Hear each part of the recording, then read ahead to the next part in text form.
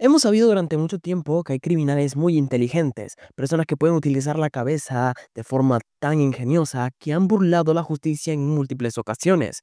Hace unas semanas atrás dimos un listado muy grande sobre esas personas que cometieron crímenes tan insólitos que pudieron burlar la justicia por un gran tiempo utilizando más allá que su creatividad.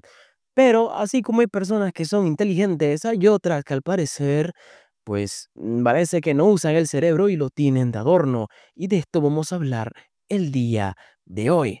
Muy buenas tardes, sean bienvenidos al Archivero de lo Extraño. Bienvenidos a Expediente 921. Los saluda como siempre su investigador de confianza, Roberto Camaño, como todos los jueves trayéndole un tema muy, pero muy interesante. Para esto, vámonos primeramente a movernos al año de 1993. Vamos a conocer a alguien llamado Daniel Lugo, que era el gerente del Zoom Gym, un lugar de reunión de culturistas en el norte de Miami. En el año 1991, Lugo fue arrestado y se declaró culpable de fraude, cumpliendo una sentencia de 15 meses, además de un periodo de libertad condicional federal durante 3 años. Pues, como ya lo mencioné, fue, privado de su libertad o condenado por fraude por fingir ser parte de un banco de Hong Kong que busca invertir en pequeñas empresas, y lo que hacía era pedirles una cuota adelantada para poder pagar o sufragar estos datos o poder dar estos préstamos, y al final, pues, desaparecía sin dejar ningún rastro. Simplemente, pues, cobraba las tarifas y se desaparecía de la faz de la tierra. También vamos a conocer a Noel Adrian Durval, que trabajaba de tiempo parcial en el gimnasio junto a Lugo aquí en Zoom Gym. En el año 1994, Carl Wickle se mudó a la ciudad de Nueva York, a Miami, para vivir con el primo de su novia, Stephen Peer. Peer había sido contratado por Lugo en febrero del año del 94 para crear una agencia de cobros para los pagos atrasados de la membresía del gimnasio. Cuando esto no salió como lo tenían planeado, pues permaneció en el gimnasio los primeros, pues como gerentes del back office en la sala de pesas antes de terminar como recepcionistas.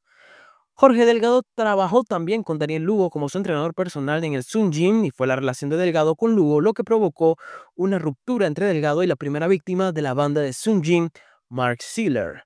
Jorge Delgado y Mark Schiller eran socios comerciales desde aproximadamente el año 1991, y Schiller confiaba tanto en Delgado que éste conocía sus secretos más oscuros y hasta el mismo tiempo su código de alarma y distribución de cuál era su casa. Vamos a ver. Estás- Estamos hablando de que esta banda del Sun Jin estaba, pues, por así decirlo, pues, integrado por personas fisiculturistas que pasaban el mayor tiempo de su vida y de su tiempo al mismo tiempo de, pues, por así decirlo, cuidar su estado físico, cuidar su cuerpo, mostrarlo de esa forma tan imponente, ya sea para concursos o simplemente, pues, por autoestima o por salud. Sí, este grupo de fisiculturistas se le ocurrió la magnífica idea de cometer crímenes, pero como les dije, pues entrenaron todo, pero parece que no entrenaron lo más importante, y es lo que vamos a relatar la tarde de hoy. En una reunión del año de 1994, Daniel Lugo preguntó a Noel Adrian Durval y Stevenson Pierce si les interesaba ganar $100,000 por 2 días de trabajo. Según Lugo, el empresario Max Schiller le había robado $100,000 a él y $200 más a otro miembro del gimnasio llamado Jorge Delgado. Durante estas reuniones y pasados los días, Delgado aceptó el plan de secuestrar a Schiller, pues obligándolo a ceder sus bienes y, si era posible y si la situación se ponía complicada, acabar con su vida. Delgado pudo proporcionar la información específica sobre Schiller, incluyendo los códigos de su casa, que, como lo mencioné anteriormente, los conocía completamente. Al ser una persona de tanta confianza, pues se le proporcionó ese tipo de códigos, y él, pues Delgado, lo que hizo fue proporcionárselos al resto del equipo. La pandilla tenía diversos planes. Intentó secuestrar a Schiller, donde planeaban disfrazarse de como ninjas para Halloween y llamar a su puerta, pero a ver, si estamos hablando de personas que tienen la masa muscular bien definida, va a ser muy extraño que personas gigantes y musculosas, vestidos de ninjas, vayan a tocar la casa de una persona en pleno Halloween donde hay niños que también está disfrazado, así que ese plan no se concretó. Una mañana de noviembre, Durval, Pierre y Wiggins vestidos de negro con guantes y maquillaje de camuflaje militar negro, se arrastraron sobre el césped con la intención de asaltar la casa. Cuando Schiller, pues, salió afuera para buscar su periódico. Sin embargo, un coche que pasaba los ahuyentó, cancelando su intento. Ya con esto, pues hemos visto que, bueno, tuvieron 2 fallos, pero no, hubieron otros 5 más y dando un total de 7 secuestros fallidos. El último secuestro fallido ocurrió el jueves 14 de noviembre del año de 1994. Tras este último intento, pues Durval Wikis abandonaron a Pierre y reclutaron a Mario Sánchez, o mejor conocido como Big Mario. Era un ex instructor de levantamiento de pesas del Sun Gym y detective privado con la licencia en Florida. Esa misma tarde, Schiller estaba esperando a un posible comprador en una tienda de delicatessen de la franquicia Shosky de su propiedad. Cuando a las 4 de la tarde el comprador no había llegado, no había aparecido, Schiller, pues sin ganas de esperar, se fue y fue agarrado por 3 hombres mientras caminaba por el estacionamiento, quienes los aturdieron con un golpe de pistola de taser y luego lo golpearon hasta casi dejarlo inconsciente y lo obligaron a subir a la camioneta. La pandilla de Sun Jin luego llevó a Schiller a un almacén de Delgado y esa noche recuperaron el auto de Schiller del estacionamiento del deli y lo condujeron al almacén. En esa primera noche Schiller no lo pasó pues muy bien, ya que la pandilla hizo que llamara a su esposa y le dijera que se fuera con sus hijos a Colombia y les dio pues que le dieran acceso a su casa, y durante las semanas hizo que Schiller contara una serie de historias pues bajo presión, con la necesidad de mantener su vida, donde firmaría varios activos para poder pues ceder todos sus bienes a este grupo de pandillas. Historias como hacerlo pasar que se había ido con una persona más joven o que simplemente tenía que huir por algún problema que había tenido. Aprovechando este tipo de situaciones, la banda pues obligaba a Schiller a poder firmar los papeles donde cedían todo su dinero y sus bienes a estos par de delincuentes que pensaron que podían salirse con la suya. ¿Y qué pasa? Bueno, inicialmente habían planeado como un secuestro de 2 días, pero el secuestro se prolongó durante semanas mientras convertían activos de Suiza a las Islas Caimán, que hay que entender que estos son países que son conocidos por blanqueo de activos, de poder pasar el dinero sin necesidad de dar, por así decirlo, algún tipo de información o proporcionar los propósitos. Podían pasar como dinero en blanco sin la necesidad de, pues, decir para qué era utilizado. Bueno, al haber utilizado estos países para hacer estas transferencias de dinero que se realizó el 10 de diciembre, finalmente la pandilla decidió que matarían a Schiller con una póliza de seguros de Midlife de $2 millones designada a la ex esposa de Lugo, Lilian Torres, como la nueva beneficiaria. ¿Cuál fue el maravilloso plan de este grupo de fisiculturistas? Pues muy sencillo. Planearon emborrachar a Schiller durante unos días y enviarlo en un auto hacia un accidente fatal. Lograron hacerlo inmediatamente el 15 de diciembre a las 2:30 de la madrugada, después de 3 días de beber a la fuerza. Colocaron a Schiller en un asiento del pasajero del auto donde Lugo estaba manejando, con Wikis y Durval, que lo seguían en un Camry. Se eligió un lugar del incidente 3 cuadras del sur de Shorsky, y luego de abrochar a Schiller al asiento del conductor, Lugo se movió al lado del pasajero y pisó el acelerador y dirigió el vehículo hacia un poste de concreto que saltó justo antes de la colisión, pues para evitar que él se hubiera pues afectado. Normalmente en este tipo de accidentes es muy complicado que una persona sobreviva, así que luego por seguridad inspeccionó los restos y pues se sorprendió a ver que Schiller aún seguía vivo, pero que se encontraba inconsciente. ¿Qué hizo Lugo? Pues roció con gasolina el auto y lo prendió en fuego. Sin embargo, de una forma muy extraña, Schiller abrió la puerta y salió del auto. La pandilla lo persiguió en sus autos, atropellándolos 2 veces, y estuvieron a punto de atropellarlo por una tercera vez, pero otro coche se acercó y tuvieron que huir. Lo maravilloso es que Schiller se levantó y seguía con vida. Schiller ingresó al hospital el 16 de diciembre del año de 1994, siendo tratado como un desconocido y posiblemente por conducir bajo los efectos del alcohol. Mientras tanto, la pandilla del Sun Gym, tras enterarse de que nadie había ingresado en la morgue, comenzó a llamar a los hospitales de la zona y descubrieron que Schiller se encontraba en el hospital de Jackson Memorial en estado crítico pero estable. ¿Qué hizo la pandilla? Acudió al hospital con la intención de terminar el trabajo con Schiller, pero en este momento, temiendo por su vida, lo que hizo fue Schiller fue darse de alta y voló a Nueva York para irse a otro lugar. Y a principios de enero del año de 1995, luego se mudó a la calle de Schiller, ahora propiedad de DEG International, una empresa bahameña fundada por Lugo en el año anterior. Le dijo a los vecinos del barrio que se llamaba Tom y que él y los demás pandilleros eran miembros de la Fuerza de Seguridad de Estados Unidos. Sí, una excusa, por así decirlo, muy inteligente. Decirle a tus vecinos que eres parte de la Fuerza de Seguridad de Estados Unidos como si nada y simplemente no saber quiénes son esas personas. Según ellos, Mark Schiller había tenido problemas legales y había sido deportado junto con su familia, ya que cabe recalcar que Schiller en realidad era un argentino que se fue a residir a Miami con la necesidad o bueno, con el sueño de poder vivir una vida tranquila. Pero ya nos dimos cuenta que la vida suele ser extraña y terminó en las manos de esta pandilla que no comenzaron a usar su cerebro y pensaron que habían asesinado con Schiller hasta que este huyó y la casa fue conquistada y pasó a ser propiedad del gobierno. Ahora vamos a volvernos con Winston Lee. En el año de 1924, Daniel Hugo planeó nuevamente extorsionar y secuestrar a Winston Lee, un hombre jamaiquino que frecuentaba el Sun Gym. Sin embargo, este plan nunca se llevó a cabo ya que nunca lograron dar con un plan convincente. Con tantas ideas brillantes que ellos tenían, al final no lograron, por así decirlo, llegar a un acuerdo. Pero ¿qué pasa? A través de Noel Adrian Durbar, la banda se enteró de otro hombre adinerado, un húngaro llamado Frank Riga, quien había amasado una fortuna dirigiendo un imperio de líneas telefónicas eróticas. Esto donde esas personas llamaban con la necesidad de escuchar cosas pervertidas de parte de una recepcionista. Bueno, a través de una exnovia de Durval conoció a Tilda Whitlam, quien conocía a Riga y les presentó a Durval a su primo Daniel Lugo el 20 de mayo del año de 1995. Durval convenció a Lugo con la idea de secuestrar y extorsionar a la pareja. En esta reunión, Lugo y Durval se hicieron pasar por empresarios serios, ofreciendo a Grigan oportunidades de inversión.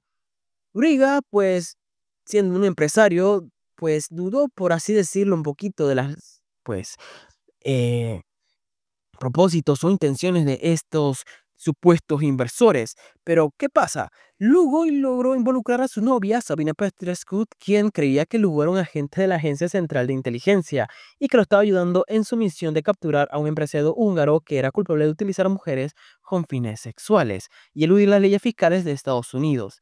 Para esto, en mayo de 1995, más específicamente el 25 de mayo, tras varias reuniones, Durval mató a Griga durante una pelea en su apartamento.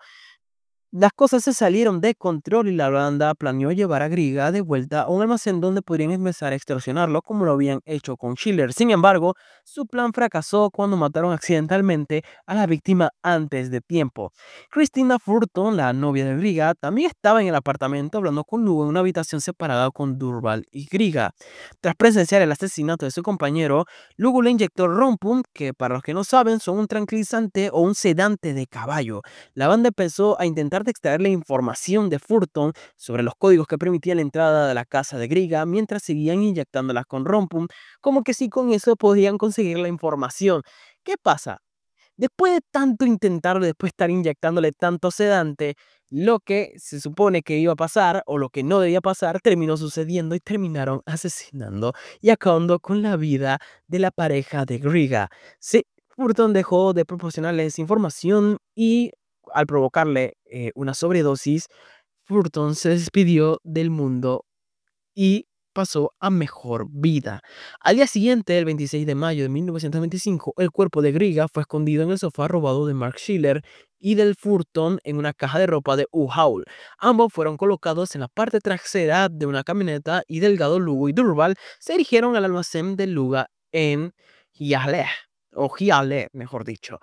Fue allí donde la banda pues partió y se deshizo de los cuerpos de Grigan Furtor, cortándolos, perdón, por partes. Literalmente desmembraron el cuerpo de dos cadáveres, con Durwell haciendo la mayor parte del trabajo.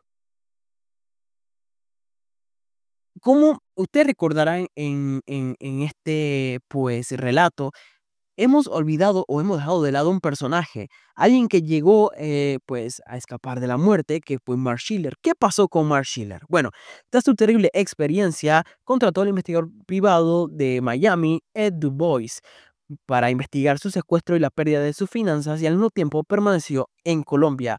Cuando Du Bois informó inicialmente a la policía de Miami sobre la terrible experiencia de Schiller, estos se mostraron escépticos, ya que pensaron, ¿cómo un hombre puede ser secuestrado por un grupo de fisiculturistas que lo tuvieron atrapado durante un mes y lo estrellaron y lo estamparon contra un poste, lo atropellaron 2 veces, intentaron incendiarlo y que aún seguía con vida? Las autoridades lo que hicieron fue decir, hey, esto simplemente es mentira. A la mañana siguiente a la desaparición de Riga de Fortune, la ama de llaves de Esther Stout, llegó a la casa de Riga, se sorprendió al encontrar a su perro ladrando sin supervisión, a lo que despertó pues las sospechas de que algo no andaba bien. Consiguió la ayuda de Judy Bartus, amiga de Fortune, y ambos entraron juntos a la casa vacía poco después. Bartus se encontró con sus amigos húngaros en común en el área de Miami para ver si conocían el paradero de la pareja. Después de un tiempo, pues llamaron al departamento de policía de Golden Beach, ya que se les hacía muy raro que estas personas estuvieran desaparecidas y a diferencia de Schiller, pues los allegados de esta pareja que lastimosamente encontró la muerte en manos de estos personajes, pues contactaron a las policías porque ya era muy anormal que estas personas no aparecieran. Y a las 7:30 de la mañana del 31 de mayo de 1995, Lloyd Álvarez, amigo de Griga, vio el Lamborghini que normalmente Griga manejaba en una caravana entre dos autos.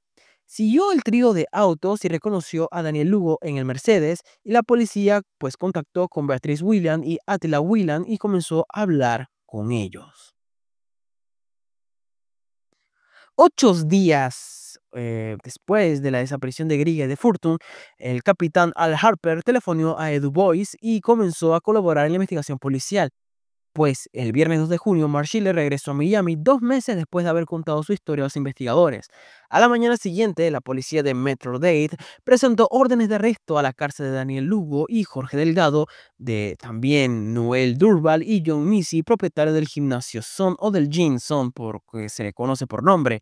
Lugo ya había huido a las Bahamas, pero fue arrestado 5 días después en Nassau por un grupo de trabajo de multiagencia que lo trajo de vuelta en el vuelo comercial a Miami.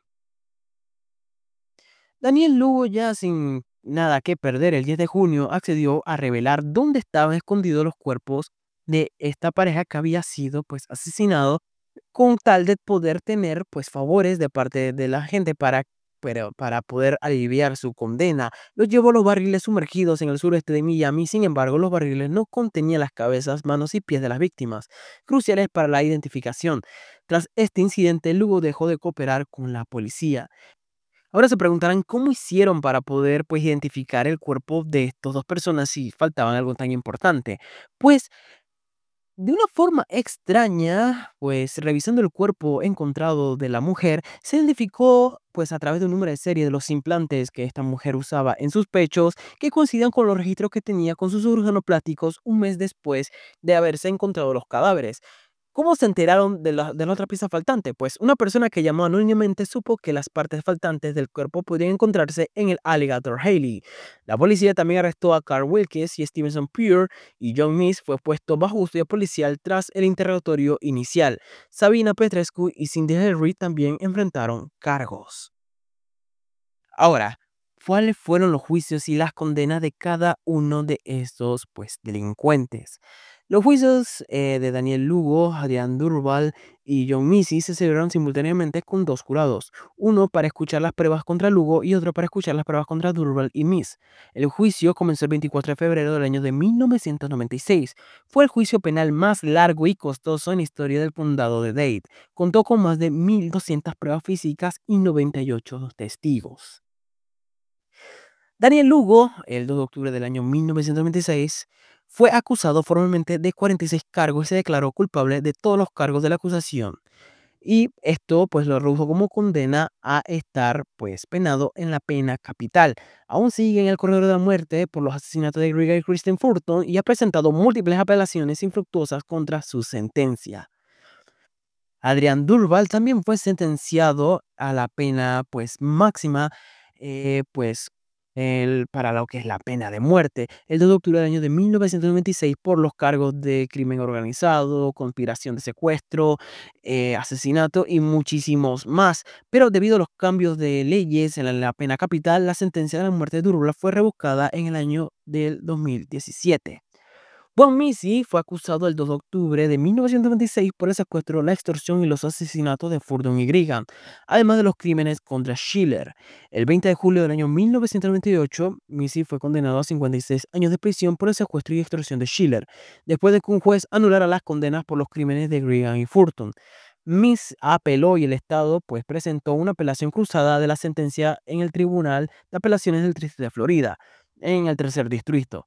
El juez del Tribunal de las Apelaciones del Distrito dictaminó que en el juicio el juez había dejado de lado indebidamente las dos condenas por influencia del crimen organizado y organización corrupta y ordenó que se celebraba una nueva audiencia de sentencia de esos cargos, haciendo que el 15 de enero del año 2003 fue condenado a 30 años de prisión por los cargos de conspiración por cometer pues crimen organizado y murió de un derrame cerebral en el año 2004. Siguiendo con el relato, pues Juan Delgado, a cambio de testificar a favor del Estado, Delgado fue sentenciado a dos penas de prisión de 5 y 15 años.